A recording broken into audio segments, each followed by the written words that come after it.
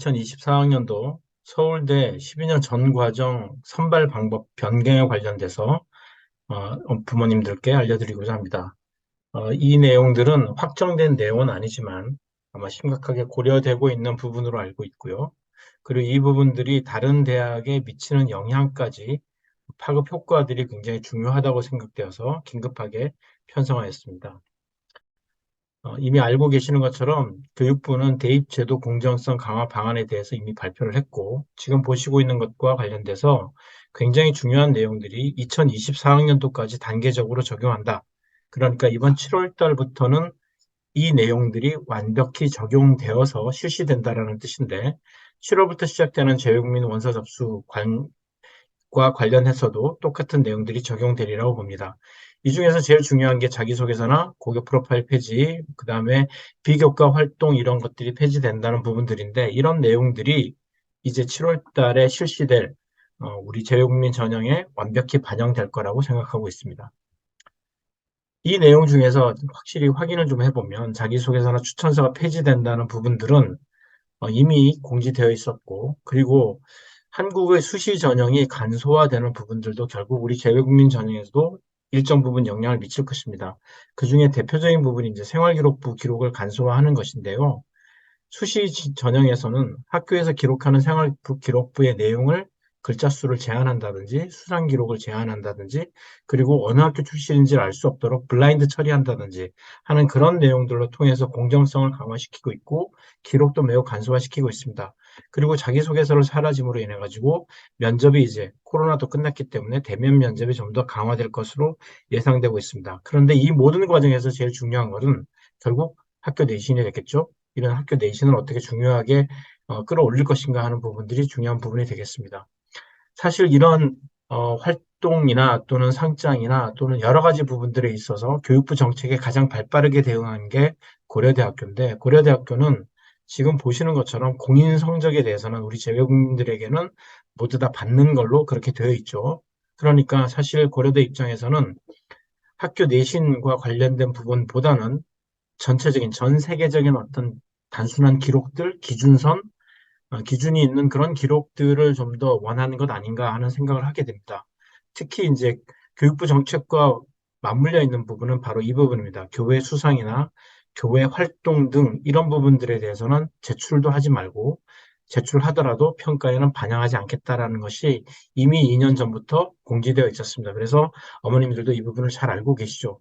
이 부분들이 이제 확대 적용이 될 것 같습니다. 그런 의미에서 서울대는 지금 어, 올해부터 이번 후기 전형부터 시작해서 면접을 실시하죠. 면접을 실시하게 되어 있습니다. 그래서 기존의 의대나 수의대에서 실시하던 면접을 2023년 후기부터 전면적으로 확대 시행한다고 이미 공지를 했습니다. 그런데 그 와중에 경영대학은 면접에서 제외하는 걸로 되어 있습니다. 요강에 보시면 경영대학은 면접하는 대학이 포함되어 있지 않습니다. 아마 이 부분은 경영대학이 면접을 하지 않아도 된다라고 그렇게 생각하신 것 같아요. 결국 어, 가장 우수한 학생들을 뽑으면 된다라고 하는 그런 부분이라고 생각이 됩니다. 그래서 경영대학이 빠져 있지만 전기 모집에서는 또 어떻게 될지는 그 두고 봐야 될 것 같습니다. 그리고 면접 시간은 15분 이내입니다. 수시가 15분인 것에 비하면 우리 재외국민 전형에서는 10분이기 때문에 시간은 매우 짧은 상태입니다. 5분 정도가 짧죠. 이 5분이 짧은 10분 내에 면접을 한다는 얘기는 결국 제출 서류를 확인하는 수준에 그치지 않을까라고 생각하고 있습니다. 그래서 제시문이 의대나 수의대, 예전에 의대나 수의대와 같이 좀 복잡한 문제라든지 또는 곤란한 상황에서 대처 방안이라든지 이런 여러 가지를 생각하는 그런 면접 문제보다는 제시문보다는 한국어 능력을 확인할 수 있는 수준의 문제가 출제될 것으로 보입니다. 한국어 능력 수준이라고 하는 것은 어떤 뜻이냐? 결국 기존의 제시문보다는 일정 정도의 짧은 글을 주고 이 글에서 의미하는 바가 무엇이냐 또는 화자가 말하고자 하는 것이 무엇이냐 이런 식으로 한국어 능력을 충분히 글을 읽고 뜻을 이해하고 그것을 말할 수 있는가 하는 정도의 수준의 문제가 아닐까라고 생각하고요. 인성 문제 또는 수학 능력이 있는지를 확인하는 그런 문제들이 나올 것으로 보이지만 문제풀이하는 과정은 아니다라고 하는 것은 확인한 결과들입니다. 그래서 면접에 관련돼서 뭐 따로 다른 방법으로 공부를 한다든지 할 필요는 전혀 없을 것 같고요. 기존에 해오던 공부들을 계속하면서 한글로 되어 있는 책들을 좀 읽는 그런 과정들이 필요하지 않겠나 생각하고 있습니다. 지금 보시는 거는 추천서 양식입니다. 그래서 지금은 현재는 선생님들이 이게 이메일 주소를 입력하면 선생님들이 이걸 받아서 추천서를 작성하는 양식이고요. 수험자의 수험번호나 지원자 코드 이렇게 넣어서 선생님들이 접속할 수 있도록 비밀을 허락하고 있습니다. 그래서 여기 보시면 이런 학생이 지원할 때 제출하지 못한 그런 서류들을 또 제출할 수 있는 그런 과정들이 있는데 이제 추천서가 폐지되면 사실 이런 과정들이 다 생략되게 되는 거죠. 그럼 다른 형태로 성적표나 또 다른 형태의 필요한 서류를 제출할 수 있는 방법이 있어야 되는데 이 방법도 아마 고안 중인 걸로 알고 있습니다. 따라서 이런 서울대 추천서가 완전 폐지되는데 이제 일각에서는 다양한 형태를 통해서 추천서와 비슷한 형태의 글을 올릴 수도 있지 않겠느냐라고 생각하는데 이런 부분들은 일절 접수할 수도 없고 평가에 반영하지도 않는다고 합니다.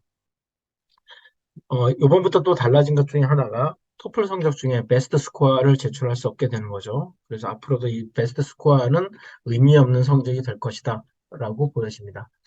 자, 이제 자기소개서입니다. 가장 중요한 문제인데요.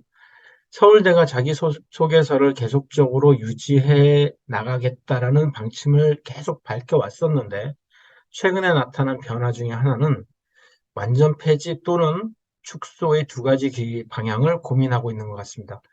교육부 정책에 관련되어서, 어, 교육부에서 자기소개서를 폐지하는 쪽으로 추진 중인데, 서울대만 이 부분을 유지하기는 좀 힘들 것 같고요. 그래서 변화가 있으리라고 생각되는데, 그렇지만 완전 폐지보다는 문항 축소와 함께 전형의 취지를 살리는 쪽으로 최소한으로 변화시킨다라는 게 최근의 흐름인 것 같습니다. 완전 폐지를 하게 되면 사실 전 세계에서 오는 친구들을 어떻게 판단할 수 있는 그런 자료들이 좀 사라지기 때문에 아마 지금 현재 기존의 1번 문항과 같은 그런 형태의 문제들을 남겨놓지 않을까라고 생각됩니다. 이 부분이 가장 큰 변화가 될 것이고요. 아마 우리 재국민 전형에서의 가장 중요한 문제가 되리라고 생각합니다. 사실 기존에 있어서도 평가의 문제는 이렇게 학업적인 문제에서 한 70% 정도, 그 다음에 그 외 부분에서 한 30% 정도의 이런 평가의 기준들이 좀 있었다고 보여지는데 앞으로는 이런 전공과 관련된 이 부분들을 평가하는 부분들이 좀 더 강해질 것이라고 생각하고요. 학생들의 이제 이런 인성적인 문제나 여러 가지 성적표에 나타나지 않은 문제, 이런 학생들의 어떤 면들을 어떻게 정성 평가할 것인가 하는 그런 부분들은 자기소개서가 사라짐으로 인해서 굉장한 어려움을 겪게 될 것이라고 생각합니다. 연세대학교는 이제 비교과 활동 기록표에 이런 부분들이 좀 있는데, 알고 계시죠? 이 부분은 알고 계신데, 아마 내년도에는 가장 크게 변화될 부분이 바로 교내 수상 내역이 아닐까 생각합니다. 교내 수상 내역은 이런 부분들이 좀, 어, 일단 여러 국제학교에서는 상이 없는 학교들도 있습니다. 그래서 아예 학교에서 상이라는 제도 자체가 없어서 주지 않는 학교들도 있기 때문에 이런 부분에 대해서는 연세대학교가 고민을 한 것 같고요. 이런 고민들이 아마 입시에 반영되어서 수상 내역이 사라질 것 같다. 또는 뭐 입력하더라도 평가에 반영하지 않을 것 같다라는 그런 분위기가 강합니다. 성균관대학교의 모집 요건을 좀 보시면 이렇게 이 내용들은 이미 알고 계시는 내용과 동일합니다. 동일한데 최근에 나왔던 그 모집 요강에서 주목해야 될 부분이 바로 이 부분입니다. 2024학년도부터는 활동 증빙 자료가 5개 항목 10개로 제한됩니다. 지금은 10개 항목에 20매인데 이 부분이 이제 절반으로 줄어들게 되는 거죠. 이게 무엇을 의미하는가를 좀 고민할 필요가 있어요. 이게 무엇을 의미하는가. 즉, 서울대도 지금 자소서를 축소시키고 있고, 다른 대학들은 이미 이제 자소서를 아예 받을 수도 없는 그런 상황이 되었는데, 이 상황에서 활동 증빙 자료까지 줄어들게 된다라고 하면 그러면 무엇으로 평가를 할 것인가라는 그런 부분들이 굉장히 고민스러운 문제가 되는 거죠. 이 부분에 있어서 약간의 힌트가 있습니다. 이 힌트가 뭐냐면 서강대학교가 지금 현재 하고 있는 어, 서류 중에서 학교생활 보충 자료라는 형태를 통해서 활동명을 쓰면서 활동 내용을 약 300자 정도의 계절식으로 작성하도록 되어 있습니다. 그러니까 이 활동을 충분히 설명할 수 있는 그런 내용들을 써내라라는 거죠. 그러면 자기소개서가 사라지게 되면 이러한 부분에서 좀 더 보완을 할 수 있지 않을까라고 하는 그런 모습도 좀 보여집니다. 실제로 서울대학교 지금 올해 겁니다. 올해 거에 보시면 이 서플리멘터리 매터리얼즈에도 동일하게 이런 디스크립션을 하도록 되어 있습니다. 이런 디스크립션을 통해서 자기소개서 있는 내용을 지금 현재는 자기소개서 있는 내용하고 동일하게 쓰게 되겠지만 만약에 자기소개서가 축소된다면 이런 디스크립션이 조금 더 늘어날 수 있지 않을까 하는 그런 생각이 듭니다. 여기도 지금 보시면 한글이 300자잖아요. 서강대와 동일한 형태이기 때문에 이게 10개 항목이라면 충분히, 즉 300자 10개 항목이면 약 3000자인데 이 3000자면 여러 가지로 설명할 수 있는 그런 형태로 작성할 수 있을 거라고 생각이 듭니다. 다만 성균관 때처럼 만약에 활동 증빙 자료가 줄어든다고 한다면 나머지 부분들을 어떻게 채울 것인가. 따라서 자소서나 추천서가 페이지에 따라서 어떻게 대처해야 될 것인가에 대한 고민을 해본다면 사실은 학교에서 생성하거나 제출하는 공식적인 서류가 굉장히 중요해졌다는 것을 알 수 있습니다. 아마 학교에서는 이 부분들에 대해서 여러 가지 대처를 할 것이라고 생각됩니다.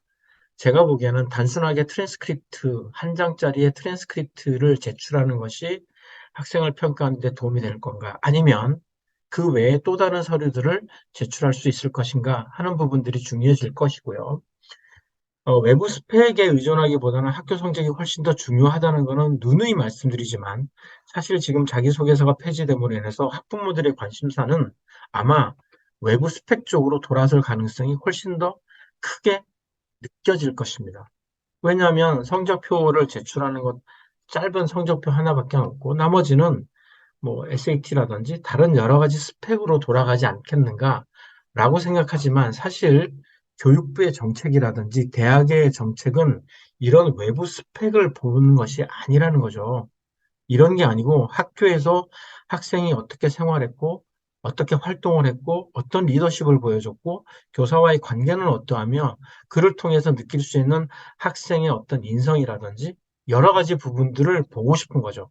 근데 그 보고 싶은 그 모습을 학교의 공식적인 서류를 통해서 전달해 달라라는 그런 의미인데, 사실 이 부분이 빠져버리고 스펙으로만 제출한다고 하면 학교에서는 아마 신뢰성에 대한 문제가 생기지 않을까.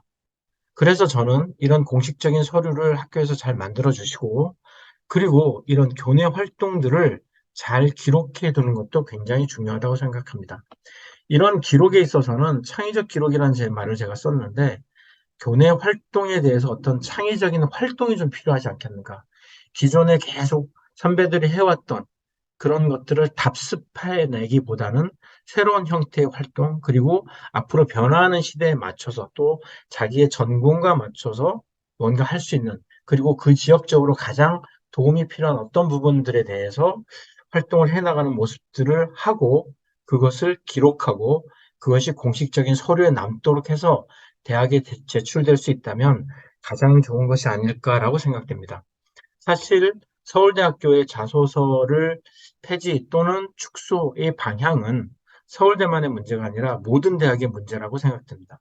그 모든 대학에서 자소서와 추천서가 폐지되었을 때 이 부분들이 어떻게 나타날 것인가 하는 것들을 대처하고 당장 7월부터 시작되는 입시에 어떤 서류를 준비하고 어떻게 제출할 것인가 하는 부분을 고민하시는 그리고 그것을 준비하는 시간이 되셨으면 좋겠습니다. 네, 지금까지 서울대 입시의 변화에 대해서 말씀드렸는데 다음 시간에는 더 좋은 내용으로 만나 뵙도록 하겠습니다. 감사합니다.